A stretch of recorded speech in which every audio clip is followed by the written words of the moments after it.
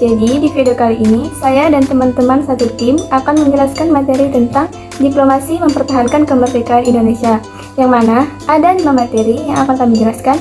1. Perundingan Linggarjati. 2. Perundingan Renville. 3. Konferensi Royan-Royan. 4. Konferensi Inter-Indonesia. Dan yang kelima adalah konferensi meja bundar. Untuk lebih jelas lagi, silakan simak video selanjutnya sampai selesai ya.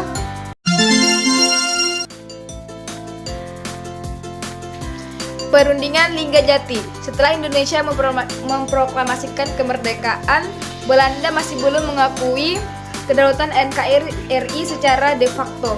Oleh karena itu, diadakan sebuah perundingan antara Indonesia dan Belanda untuk membahas hal tersebut. Perundingan tersebut adalah Perjanjian Linggarjati yang dilakukan di Kuningan, Jawa Barat pada tanggal 10 sampai 15 November 1946 dan disahkan pada tanggal 25 Maret 1947.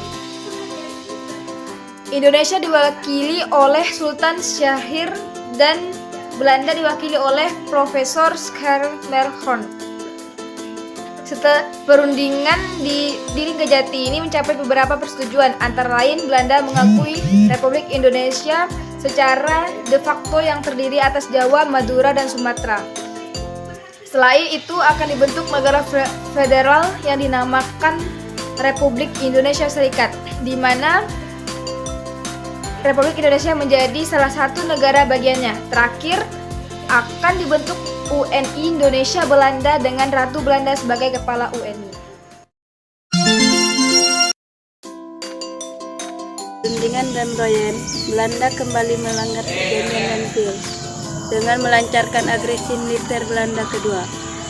Hal ini menyebabkan Indonesia terpaksa mendirikan pemerintah darurat Republik Indonesia di Bukit Tinggi, Sumatera Barat di bawah komando Syarafuddin Prawinegara. Setelah mendapatkan kecaman dari dunia internasional, barulah Belanda mau mengadakan perundingan kembali dengan Indonesia. Perundingan dalam perundingan ini dinamakan dengan Perundingan Royan. Digelar di Jakarta pada 7 Mei 1949. Mr. Royan sebagai ketua delegasi mewakili Indonesia dan Dr.J.H. Van Royen sebagai ketua delegasi Belanda. Sedangkan sebagai mediator perundingan adalah Merle Cohan dari UNICI.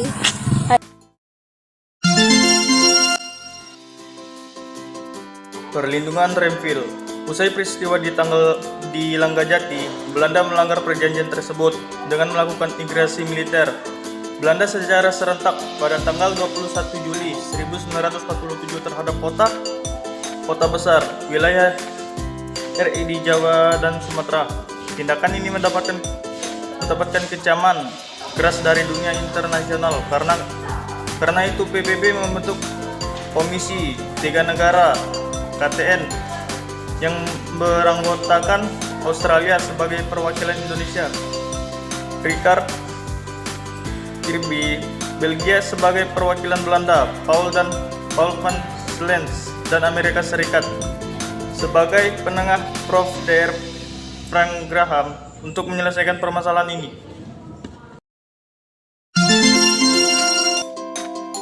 Konferensi Inter-Indonesia. Sebelum pelaksanaan konferensi meja bundar diadakan konferensi Inter-Indonesia, yaitu Republik Indonesia dengan BVO Bizenfonds for Federal Overlap atau Badan Permusyawaratan Federal mulai diselenggarakan di Yogyakarta pada tanggal 15 sampai 22 Juli 1949.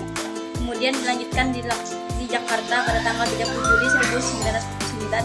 Keputusan penting antara lain negara yang akan dibentuk nanti dinamakan RIS APRIS, Angkatan Perang Republik Indonesia Serikat, adalah Angkatan Perang Nasional dan TNI menjadi inti APRIS.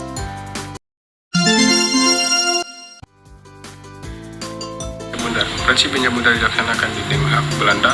Delegasi benar-benar dipimpin oleh Mas Ven, delegasi Indonesia dipimpin Muhammad Hatta, untuk delegasi BPO dalam permusyawaratan federal yang terdiri atas negara-negara pemegang kabupaten Belanda dipimpin oleh Sultan Hamid.